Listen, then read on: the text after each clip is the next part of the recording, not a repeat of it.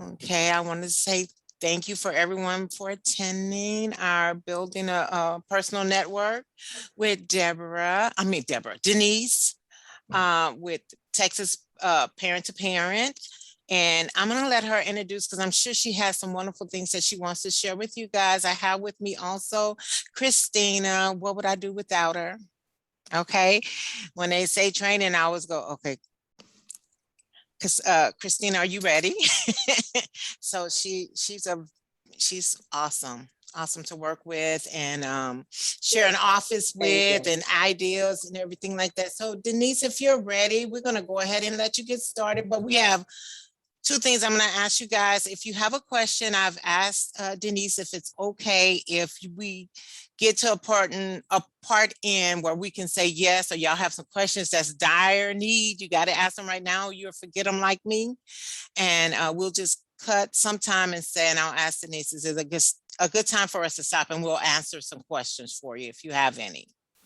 Okay, so now I present to you Denise. Okay, I'm going to go ahead and pull up my PowerPoint right away, and we'll work from that. Okay, let me get here. Okay, so I'm here to talk to you about personal networks and the Texas Network Connections program at Texas Parent to Parent. I promise when I do these presentations, I don't read PowerPoint slides except for this one. And when I read it to you all, go ahead and ask yourselves if you've ever asked yourself any of these questions. How are we as parents going to make sure that our son or daughter with a disability has a good life, both now and after we die? Who is going to make sure that the plans that we have arranged and the services we have secured are implemented and functioning well after we are gone? This is a big one. How do we make sure that our child is not lonely or isolated or neglected? How do we give caring friends and family an opportunity to have a fulfilling relationship with our child? And how am I, a person who has a disability, going to achieve these goals for myself? So I would argue that the first answer to all of these questions is you are not going to do it on your own. This is a photograph of my son Maverick's network, which is called MavMen. And we started his network when he was 14 years old. And in March of this year, he had his, the network had its 11th anniversary. So today, during the next 50 minutes or so, we're going to go ahead and talk briefly about the personal network model, the Texas Network Connections program at Parent to Parent. I'll quickly go through the components of personal networks, but the big piece I'm hoping is I'm going to show you a lot of photographs of families who have started networks. And you'll hear some testimonials from people who have joined networks, and also family members who have started networks for their sons or daughters, or self-advocates for themselves. I'll quickly go through some of the basics of starting a personal network, and then talk about the ways that that we're helping families start networks and helping families prepare for transition. And like Inger was saying, we will have time at the end for a Q&A. And then also, if you do have a compelling question that you want to ask during the presentation, just go ahead and raise your Zoom hand, and we will go ahead and address your question. I don't know if there are a lot of questions, Inger, if there is an ability to stay on the line for Q&A a little bit after. I'm happy to do that. Okay. So let me get rid of that. So a personal network is an intentional community of friends and family members and acquaintances who assist and collaborate with a person who may be at risk of isolation by virtue of their disability. Personal networks are also a really great model for people who have chronic illness, or people who are elderly and want to stay in home. This is a photograph, another photograph of Mavericks Network, MavMen. And this is actually a still of a video that we have on the Parent to Parent website. It's a 6-minute video about personal networks. It was done probably about 6 or 7 years ago. Still a really great video. I encourage you all, I have the link at the end of this presentation, and because we only have an hour today, I'm not going to show the video, but I do encourage all of you to go to the link at the Parent to Parent website and have a look at the video.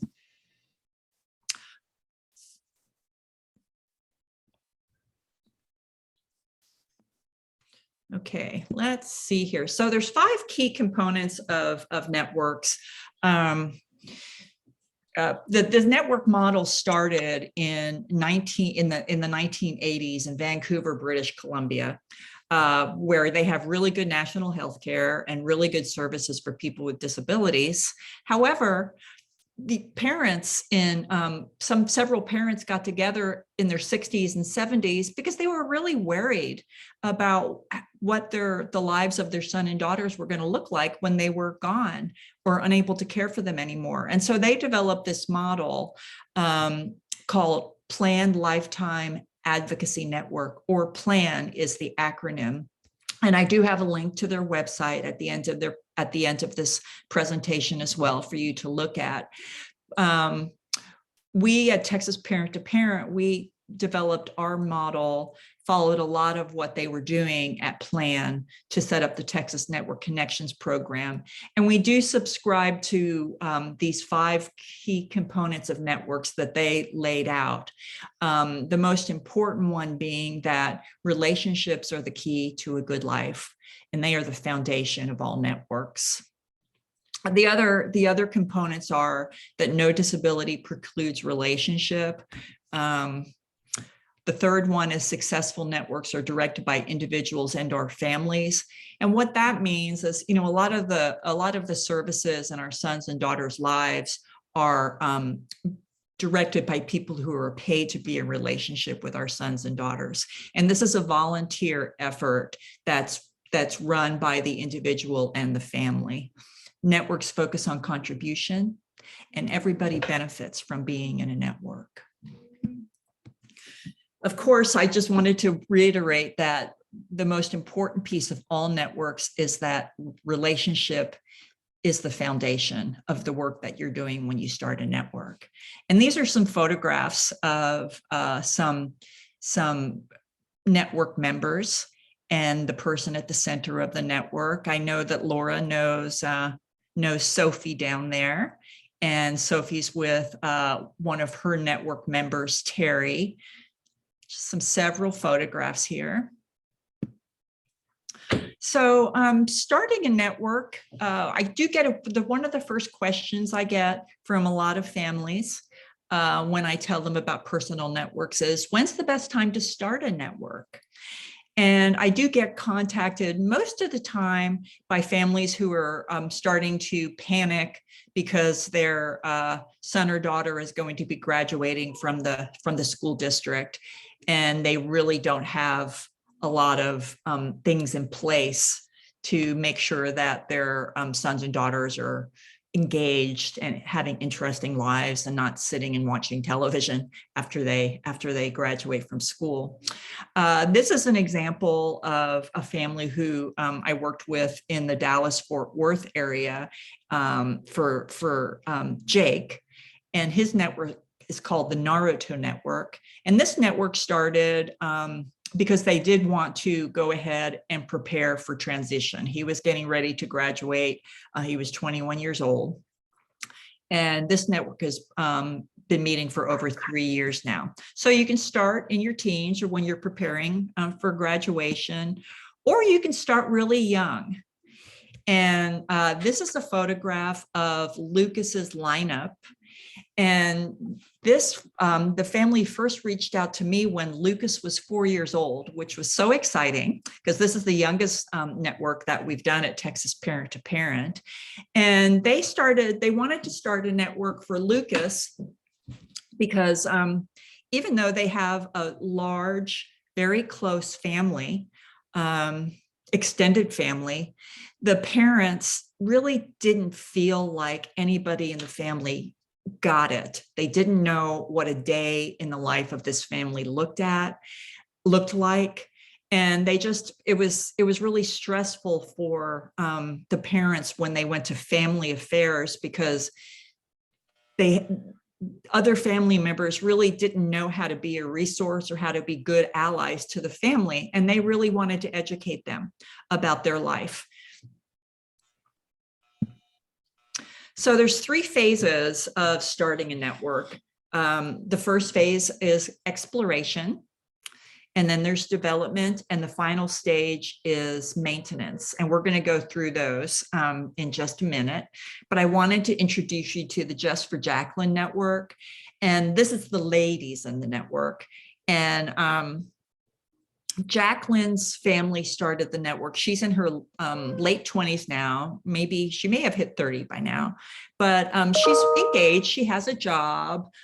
She's very involved at her church, and she has a close family, but none of these groups really knew each other. And so one of the goals of the network was to bring all these different circles of her life together so they could all be a stronger resource, stronger safety net for Jacqueline. So the phase 1 of networks is exploration. And this is the oldest network that we have in Texas that we've started. And some of you probably know Rosemary. And this is her son Will's network. And it is called the Wackos. Yes, it looks like it says Waco, but they decided, since the family was from Waco and they're kind of a crazy, fun-loving network, that they would pronounce it the Wackos. And this network was started when Will was 20. And I would say it's probably, I think he's in his late 30s, so it's probably over 20 years old now for this network. So when we're talking about exploration, when you decide to start a network, you think, okay, well, explore what? What are we talking about? And these are some of the questions that you will start asking yourself when you sit down to start a network. Why do I want a network? My goodness, who would I invite to join a network for my son? How big should the network be? Why am I nervous about starting a network? For some people, I would say most people, starting a network is pretty scary. Whereas what are some of the things that excites me about starting a network? All these different questions that you start asking yourself. What are my hopes for my daughter's future? What am I afraid of? Some of this exploration is going to drive the goals that you have for when you actually start inviting people to join your son or daughter's network, and what you'll go ahead and work on in network meetings.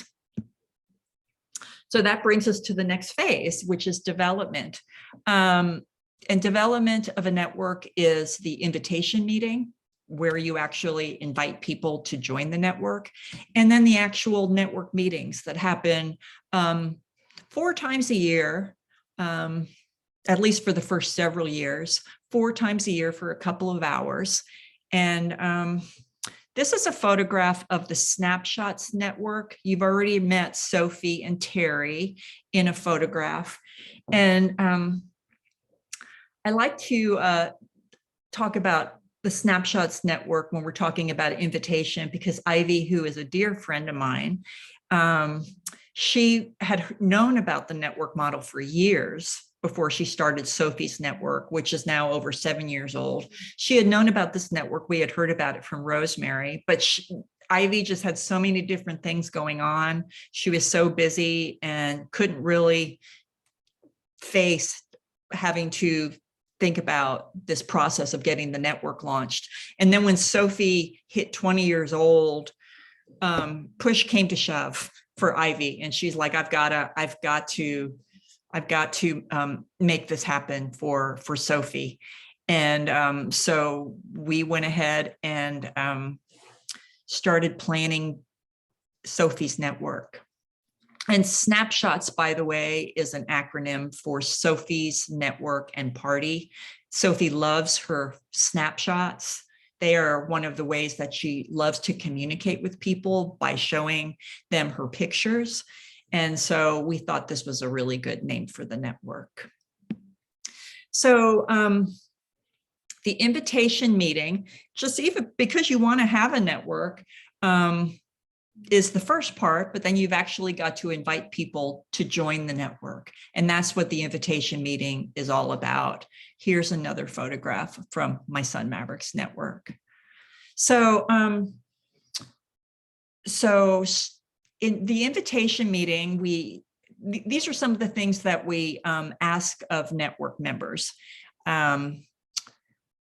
First piece is an expectation is that you care about the person at the center and his family. So I'm going to use Maverick's name as an example. You care about Maverick and the family. Well, that's easy. You know, it's this is a big one here, making time to meet for 2 hours, 3 to 4 times a year, and more often as the need arises. Network meetings are the bread and butter of networks. Those are where a lot of the goals are worked on, and we'll get to that in just a moment.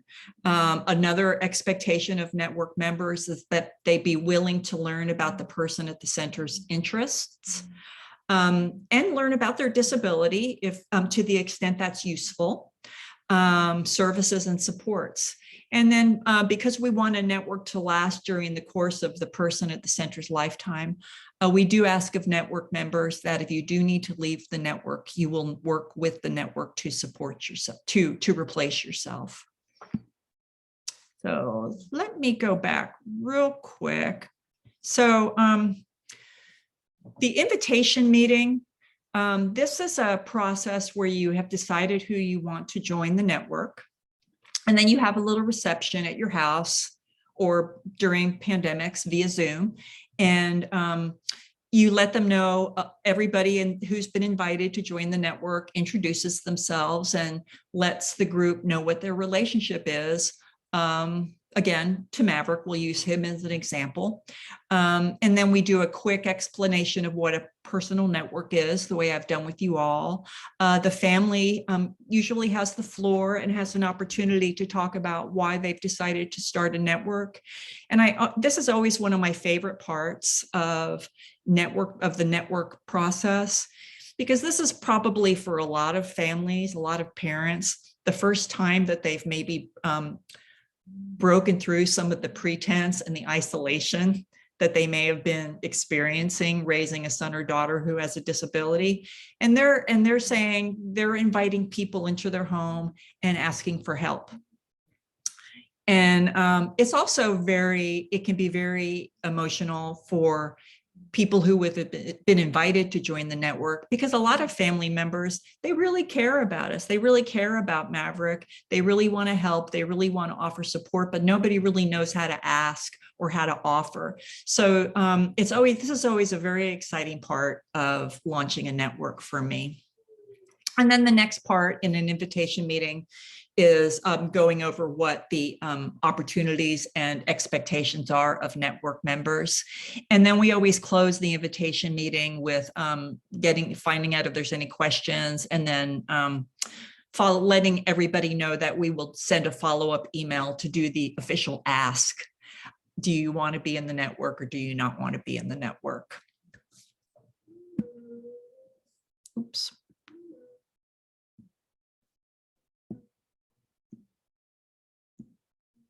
So I'm going to do a little midway break here. Invitation, piece of cake. I got this. Is it easy? Think about that. Or is it hard? Asking people to join a network has been, for a lot of people, the #1 challenge to starting a network. So I'm going to stop the share just for a second, and we'll see if there's any questions. Now, if somebody has a question, let me just say that if it's something that we're going to get to in the presentation, I'll just let you know that, and we won't spend time on the question at that point. Okay, I'm not quite sure how I get out of here. Stop share. There we go. Okay. So who thinks this sounds easy? You can raise your hand if you feel comfortable speaking in a group. Go ahead. I think it's pretty hard. Who said that? Deborah, yes. Sounds hard about it. Well, I'm gonna say my case. All my family is in another country. Most of the people that I know are from my work. I don't know anybody. My son, he's in a special needs school, so all the parents are busy with their own kids that are special needs. And so I don't actually see where I can start my network, to be honest, because my family also is in another country and they have zero experience with special needs. And actually, they think special needs are useless, basically. So, yeah. Yeah, those are all pretty common reasons for being apprehensive about starting a network. And I hear that a lot, that people don't want to start a network because people don't understand my son's disability. But networks are a really great place for people who are clueless about disability to learn and to become better allies to your son or your daughter. And then people, I don't know, people being in different countries, I will say that we've learned what a useful tool Zoom is. And I think a lot of network meetings are going to be happening via Zoom, or at least hybrid meetings are going to be happening going forward. Who else? Does anybody else have any thoughts about why you couldn't possibly do this, or you're excited to do it? There is another question in the chat. It says, what type of things does your network support your family with? Oh, we're going to get to that. Okay. Yeah, we'll go ahead and get to that. That's a great question. Perfect. Thanks. Okay, let's go ahead. Are there any other questions before we move on? It's not just that one. I have a question. So if you have a family far away that actually doesn't care much and you don't have a whole lot of network yourself, how you make a network happen? Like, how you even start with the exploration or development? Yeah. That's a good question. And we will get to that as well. Okay, Deborah? Okay. Yeah, thank you. Thank you. And there's another question that says, what is the expectations of a member?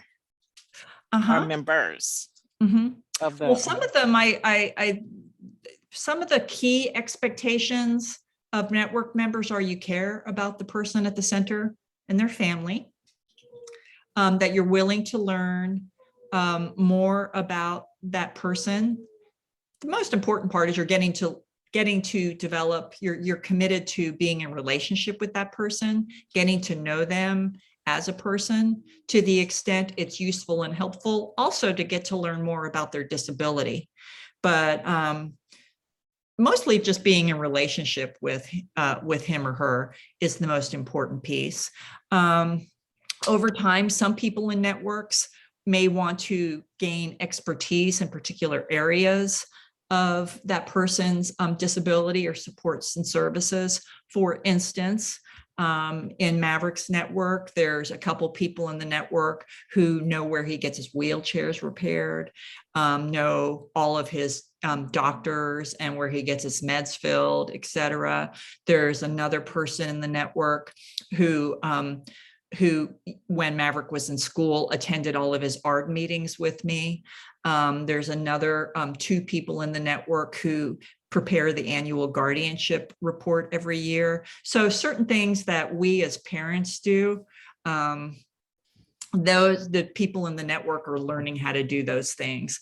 Also, there's people in the network who he goes camping with, all sorts of possibilities. Okay, well, we'll take one more question, and it says, how many people do you need?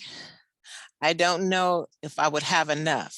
And I'm thinking she says enough members? Yeah, well, it just depends. If you don't have a lot of people, I mean, there could be a couple of reasons. One, you don't have a lot of people in the network for starters, because you just don't really have many people in your life.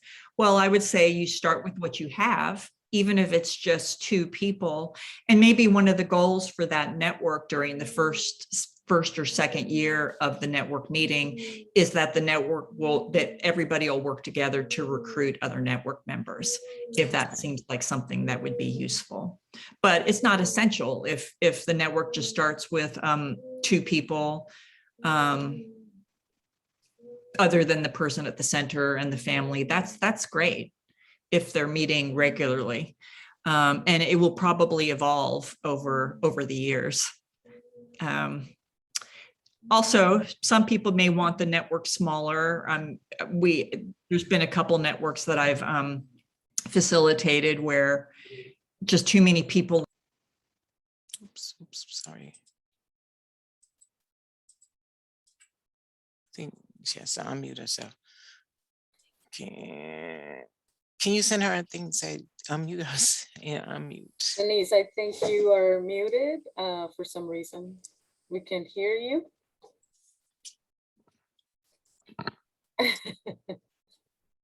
Have I been There muted you for go. the whole time? There you go. Like, No. Now, like Sorry. 30 seconds.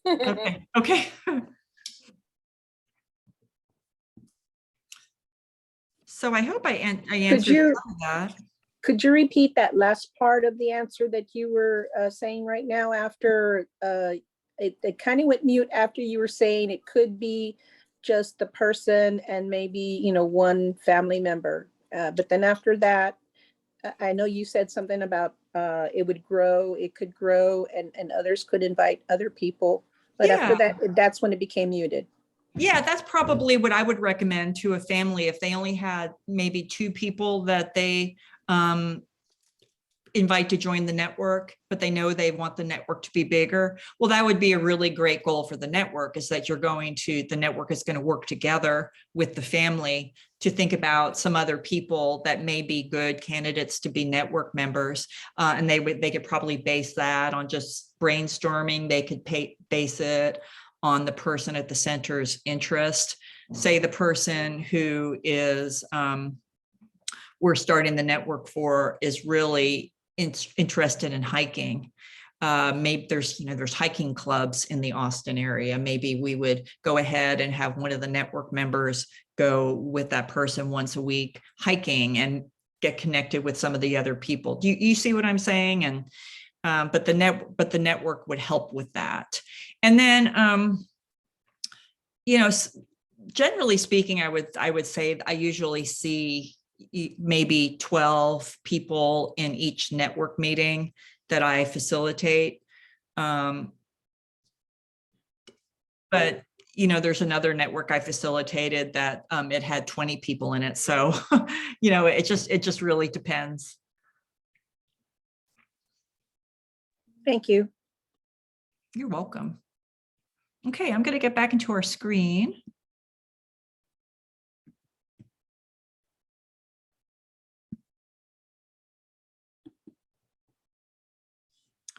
Okay. So you've had your invitation meeting and people have said, yes, I want to be in the network. So the journey begins. You start having network meetings and you've already met the Just for Jacqueline network. These are some of the other folks that are in the network. And this was their very first network meeting. So I'm glad I have a photograph of that. So network meetings start off with some socializing and some eating. And I like to ask families to ask networks to have the meals be potluck. We mentioned at the beginning that networks focus on contribution. Well, something as simple as a meal is really a great place for parents to learn to step back and let other people contribute and help.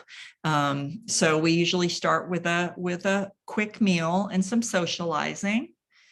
And then after that,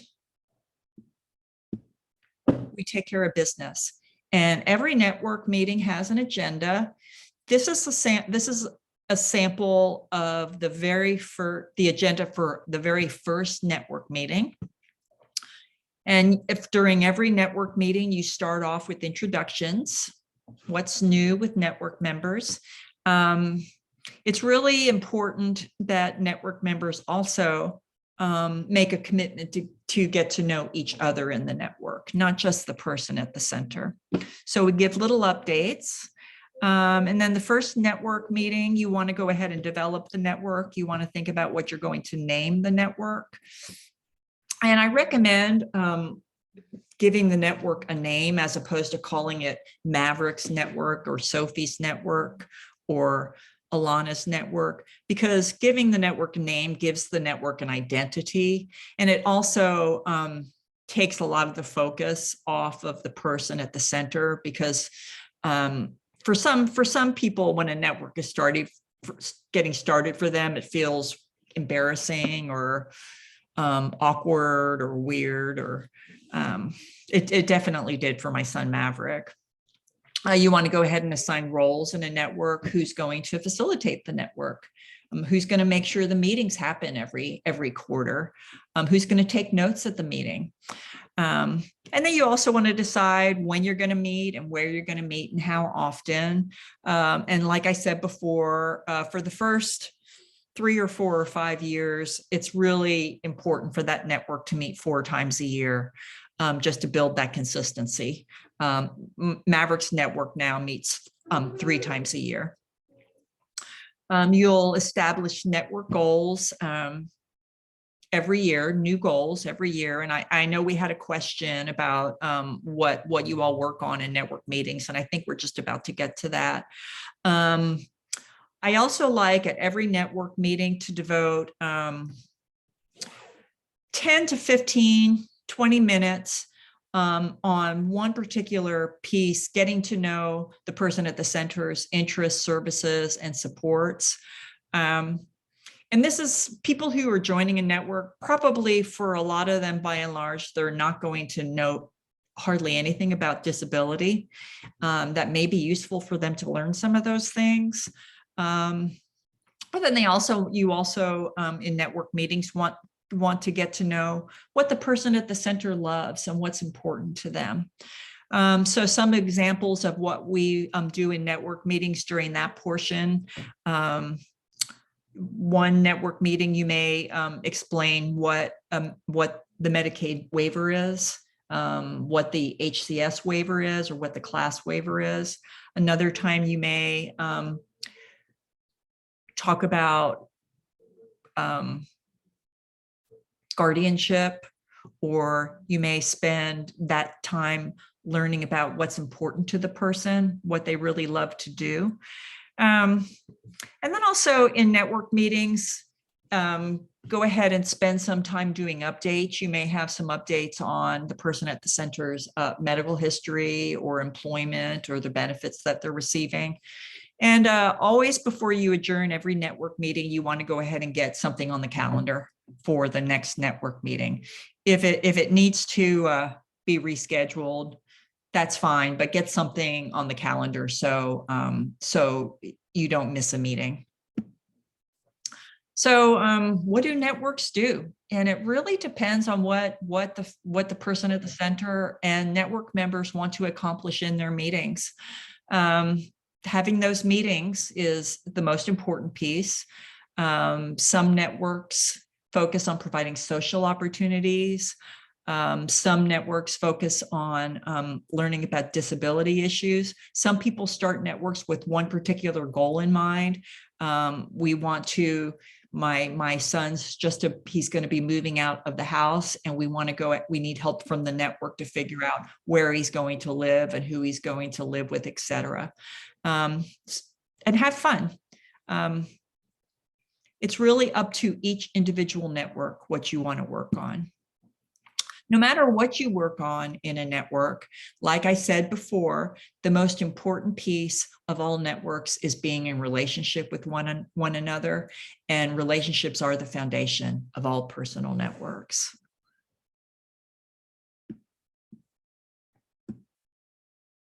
The last phase of personal networks is maintenance and sustainability. What are we going to do to ensure that the network keeps meeting during the course of the person at the center's lifetime? So Snapshots celebrates another year and overcomes network hurdles. Snapshots is just over 7 years old, and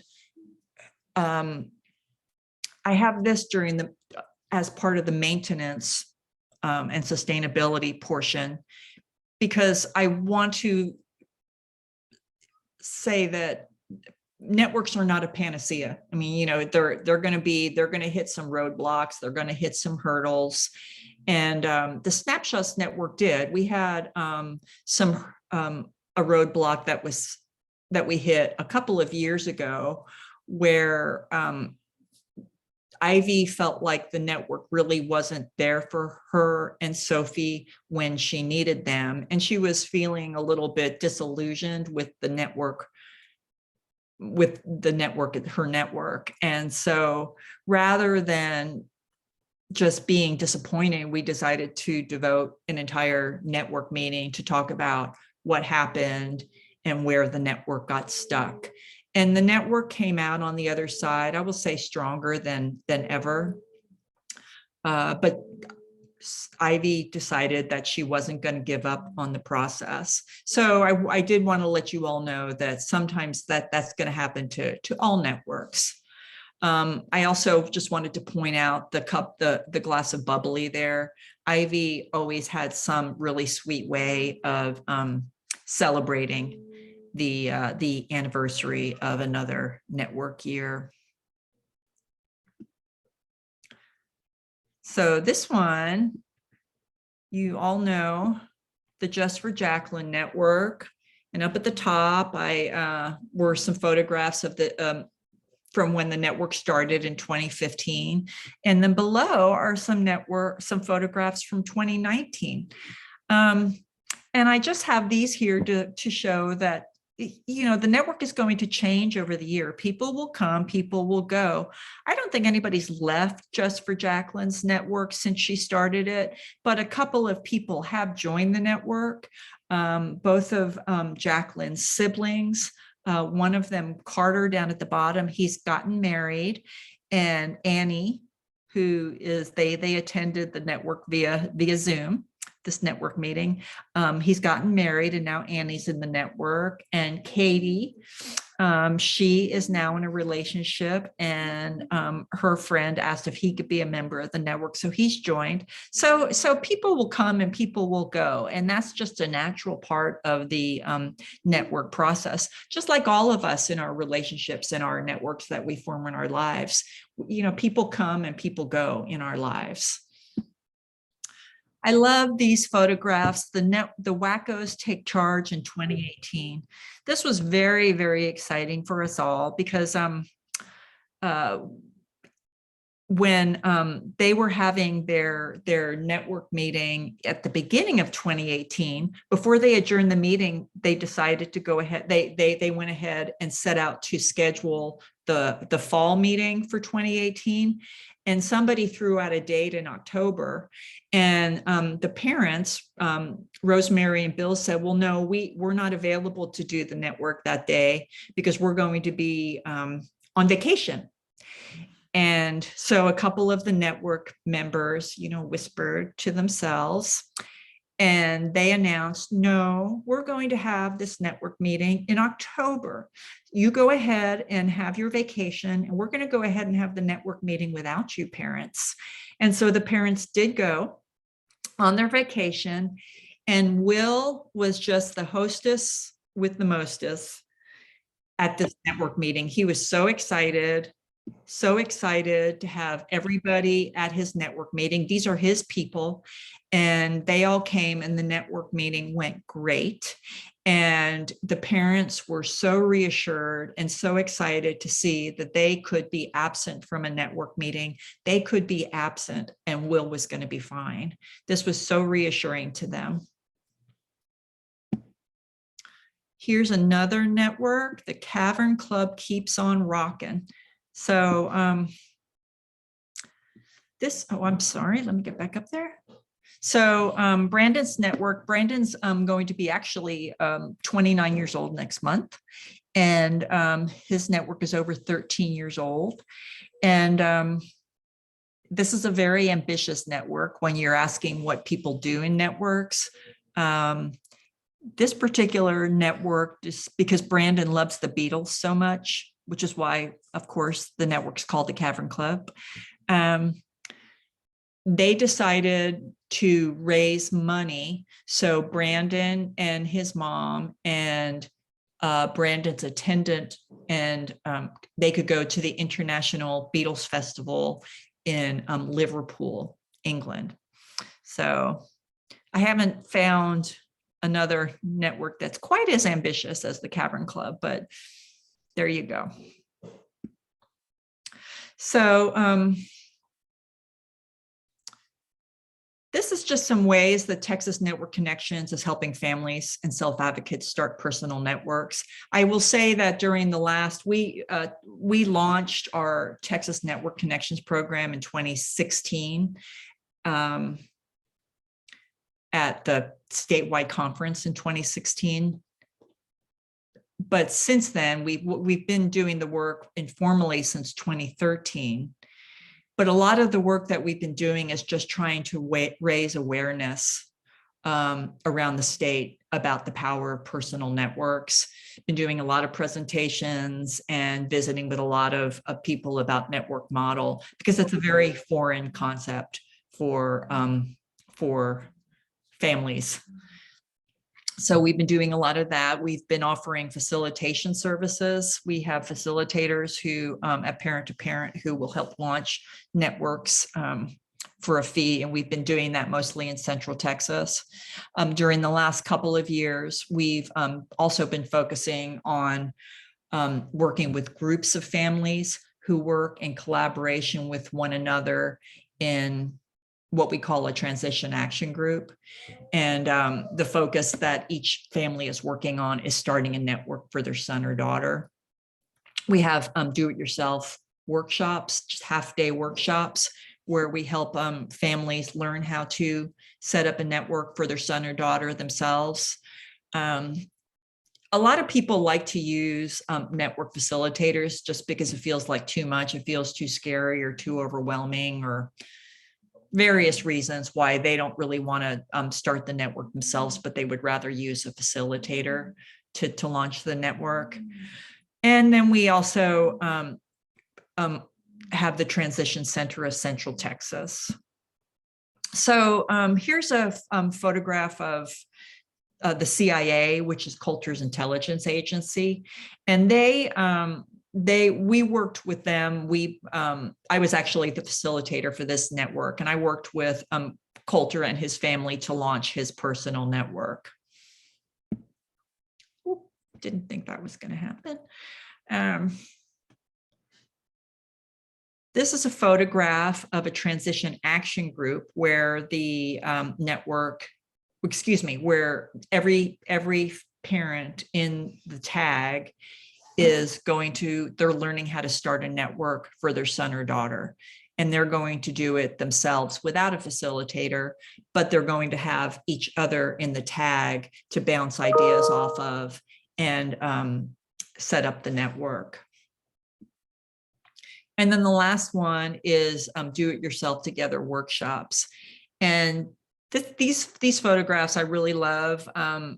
These two families attended a workshop that we did at the parent-to-parent statewide conference in 2018. And after attending the workshop, they were so excited, and they started networks themselves for their son and for their daughter. So the two top photographs are of the Gift Keepers Network, and Kaylin is the person at the center of that network. And then the bottom photograph is Rebecca's network, and they just insisted on calling it Rebecca's network. And that both networks, I've stayed in touch with those families, and the networks are doing great. And some of you may have heard about the Transition Center of Central Texas.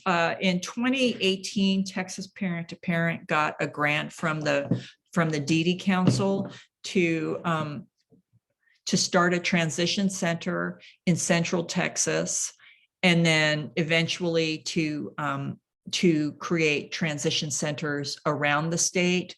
So we are in the middle of doing this work at Texas Parent to Parent. We actually opened the transition center in February of 2019 here in Austin, Texas. And we've been doing one-on-one meetings with families. They're, I guess, hour and a half long meetings. They've been happening via Zoom, most of them because of the pandemic. But during a one-on-one meeting at the transition center, there's a family will get a lot of time with the one-on-one mentor to assess, take an inventory of where they're at in the transition process, and where they need help, where they need to set some goals for making transition happen, etc.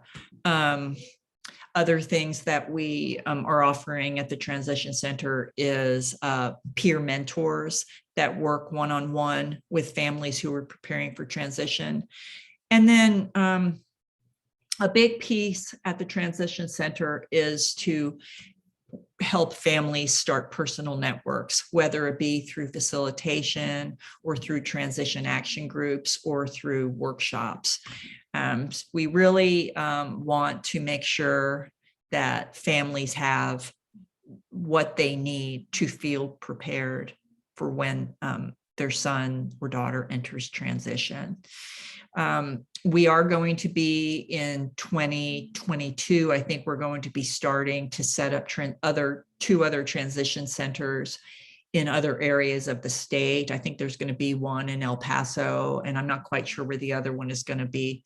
But this is the link to the transition center, and you can get on there at your leisure and have a look at what's happening.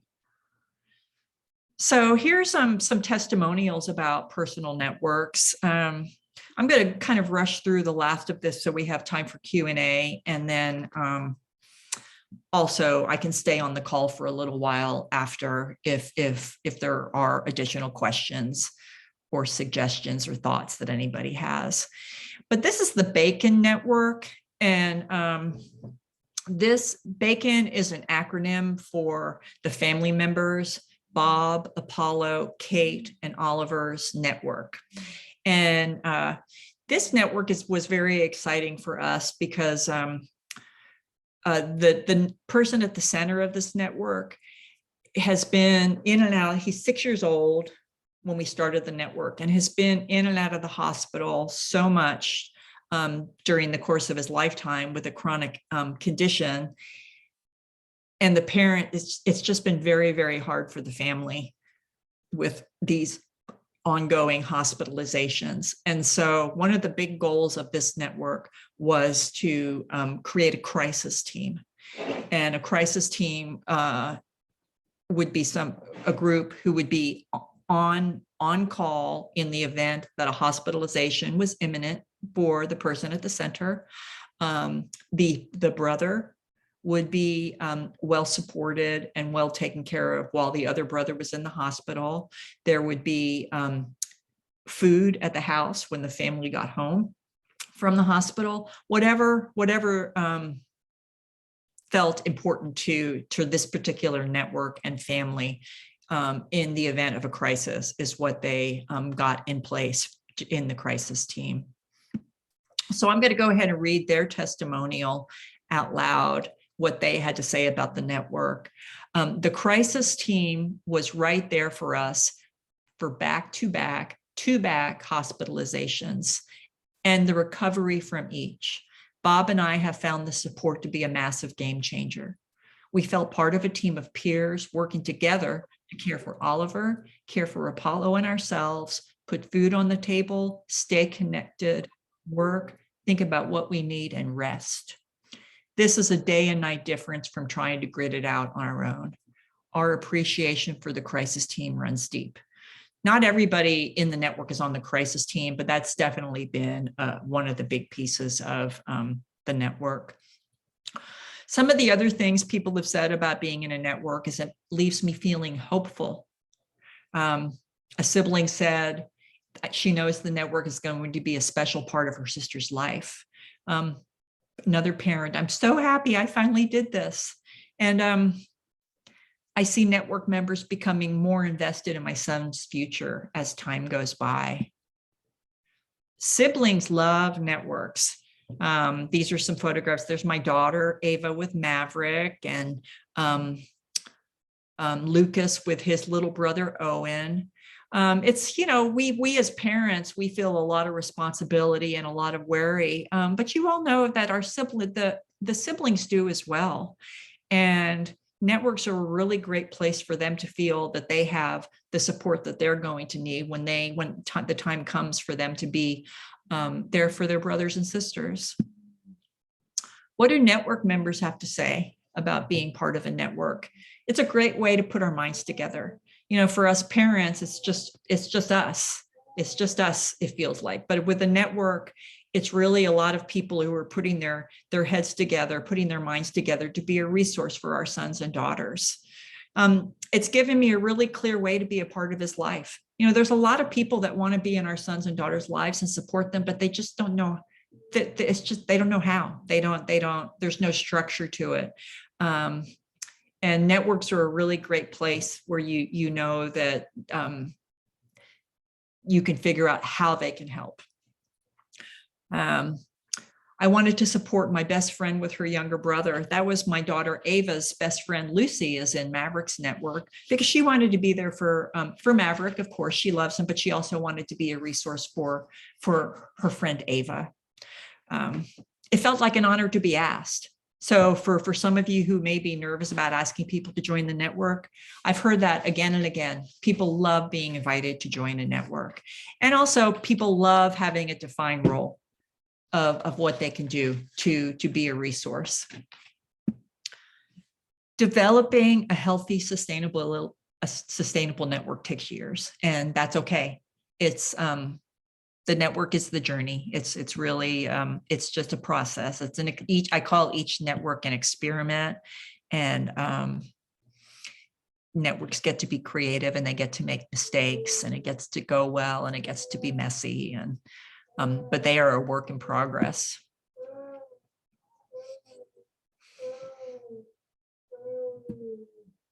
Here's the links to the Texas Network Connections program and the Personal Networks video, and then also Plan Lifetime Advocacy Network. And then I also have this information for you here about the Transition Center of Central Texas and the Pathways to Adulthood program. And I'm not sure how, I believe, Inger, this is a recorded event. Are people going to have access to the recording so they can have these links? You're on mute.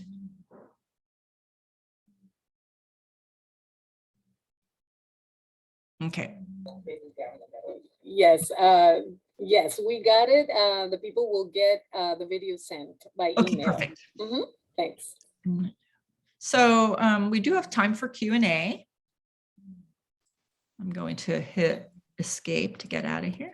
Okay, if there's anyone that has any questions, go ahead. We have a few minutes and then we'll stay on a little bit if there are any other questions for Denise. So anyone?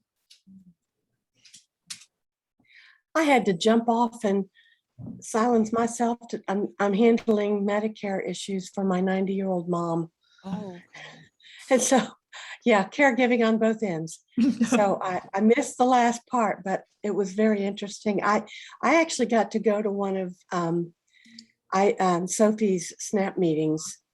I think it was before COVID, but yeah. Okay. It was fun. If I can never get my son to agree, that's the bigger issue on my end. Yeah, getting him. That's I have a 32-year-old son who's very you know, he's very capable in a lot of ways. He's working, drives his own Mhm. car, you know, but he thinks he's all that. He's like, I don't need a network. Exactly. He doesn't need anybody, including his mother. Yeah. Oh, yeah. And how old is your son? 32. Yeah, I have a 31-year-old the same. He believes the same Yeah. things. Mhm. But He you can do know, it all. the neurologist and my husband and I have all agreed he's doing a normal developmental stage. It's just delayed like everything else was. Mm. You know, he's like most teenagers who think their parents are stupid and their friends are all that, and that they can hang the moon. Mhm. And so we're just waiting for him to grow out of that developmental stage, dadgummit. It'll That's have to good. come.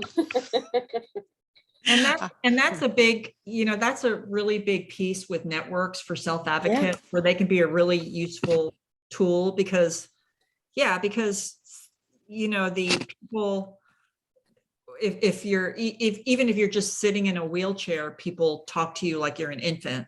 And, you know, Bob Kafka, some of you know Bob, I mean, he still, you know, would have that kind of experience. And so networks are a really great place where network members can learn where they need to just, you know, where they're confused or where they're making they have misinformation about disability. It's a really great place where they can learn where they, you know, where they're confused.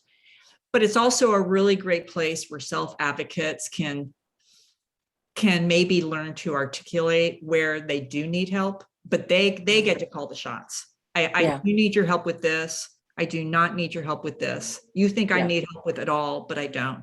And it's really, really good for people who want to be a person with a disability is to learn that and to hear You know, it. we have an informal network. Mhm. It's not a formal network, but we have a network of people that I can call and say, can you talk to David about this? You know, Mm. or I can tell David, you know, I don't need to know who you're accepting as friends on Facebook, but I want to encourage you to check it with so-and-so. Yeah. Because they'll spot things that I won't or you won't. Mhm. And so Right. that's been, we have an informal network. We just haven't formalized it. Yeah, and that's so interesting that you say that also of, you know, our kids, all of our kids, regardless of disability, they want to spread their wings and they want to enter Definitely. adulthood. They want to have that opportunity just like all of us have. Absolutely. And but it's good. It's really great to have some trusted adults Yes. or trusted people besides parents, because our kids don't want to have to ask us, should I join, All the should I time. friend this person? No.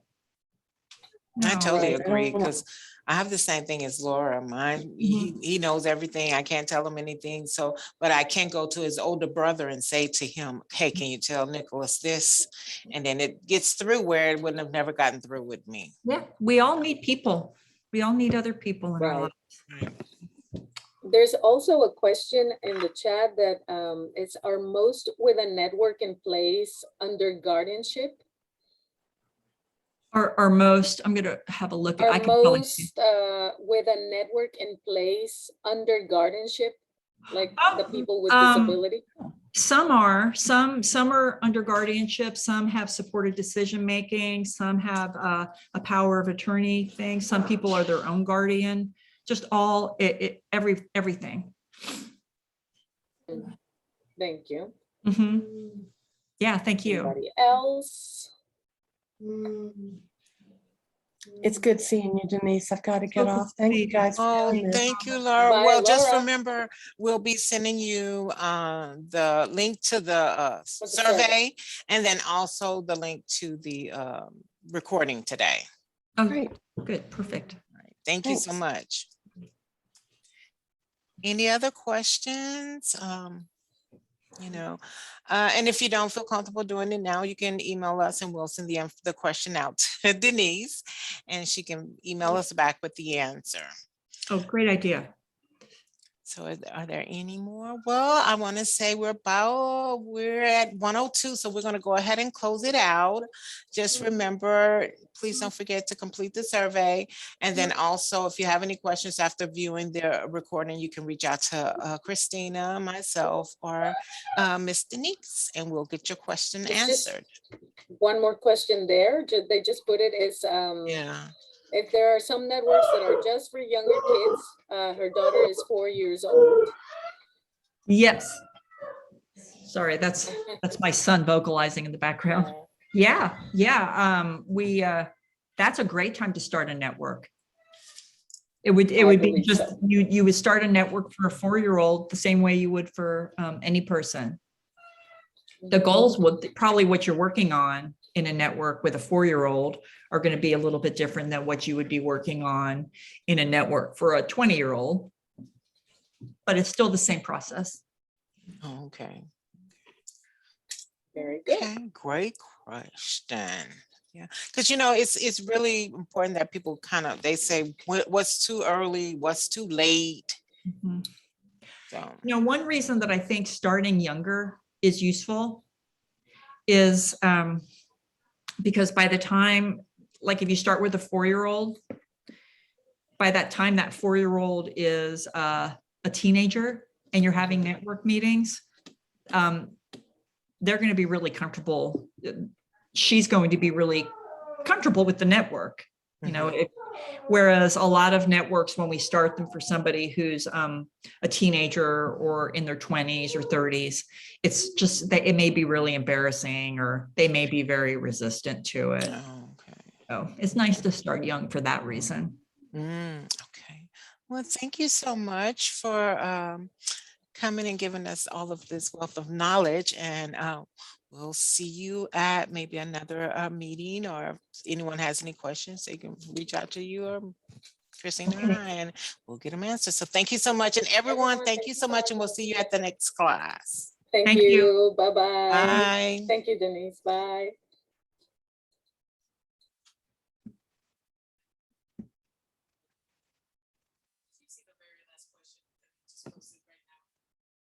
Can I get the names of those networks, please? I will send them to them, but they'll get them on the But I think she didn't understand.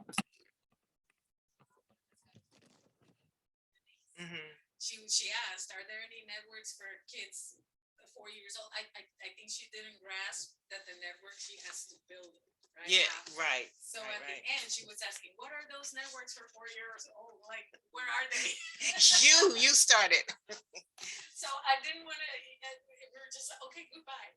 But they're going to work together. So I guess that's when she'll understand the whole Well, I think she But- has to understand that that's what it is before she So, says yeah, yes. that's what I was getting ready to say, because maybe maybe you can put it in Spanish for her to just let her know it's going to be She speaks English. creating her. Oh, okay. She speaks English. Oh, okay. Of course. But I think coming in on the end, maybe she missed it, or maybe.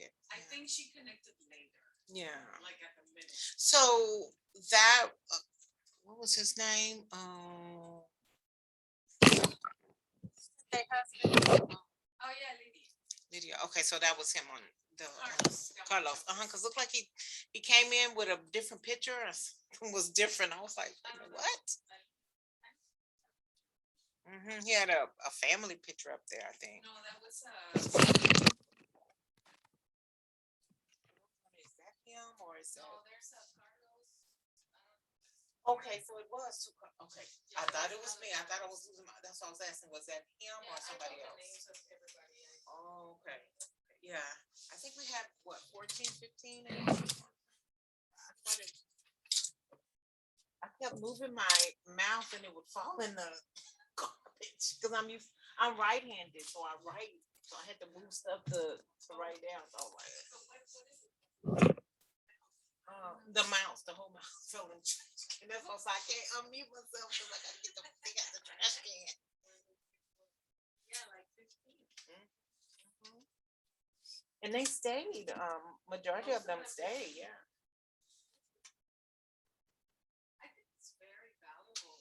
It takes work, but The more I listen to Cause I kind of really grasped the concept when she, cause I was just thinking that you,